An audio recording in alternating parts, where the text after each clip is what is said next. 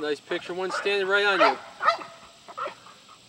You have a number of puppies that were malnourished. Tell us about it. That's correct. We had an individual that was breeding these puppies for sale. All of them, all the puppies that were removed were emaciated.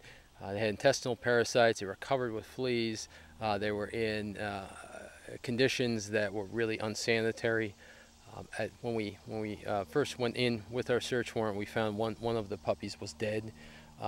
We rushed it to Animal Hospital. Another one had to be euthanized. 2 were placed in critical condition, placed on fluids for 72 hours. They pulled through. They're doing great now. All 10 of them are doing much better.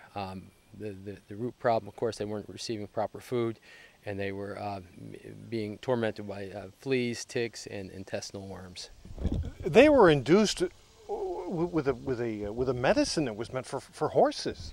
Well, yeah, it's a wormer called Ivermectin, and it can be used for dogs, but generally this is something that's used for horses and livestock. When administered to a dog, it has to be under the supervision of a veterinarian. It's a very effective wormer. However, if it's given too much to an animal, it can cause a situation that we found these puppies in, which it was blindness, tremors.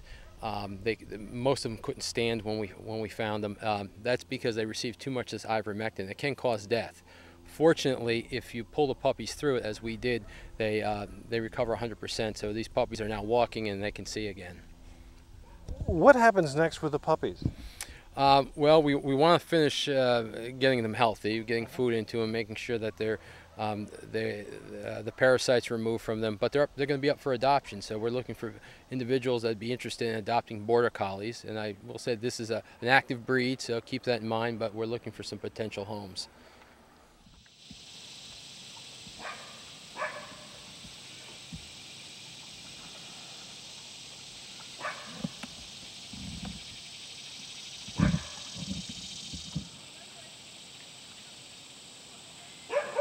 Now, this person was given an appearance ticket. What happens to her? What's her name?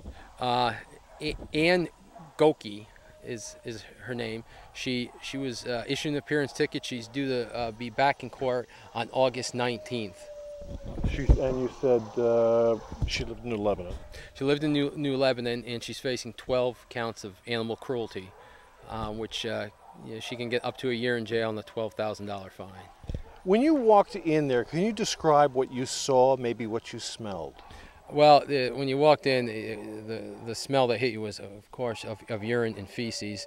The conditions were unsanitary. These puppies were found in a small crate. They were covered with fleas. They were covered with urine. A couple of them were lying down. They weren't doing well at all, so we removed them immediately to get them to a veterinarian. But the conditions were unsanitary, very, very unhealthy for these animals. Like you're sitting on a chair. Lance says he's going to adopt one once they're healthy enough. Yep. Maybe 2.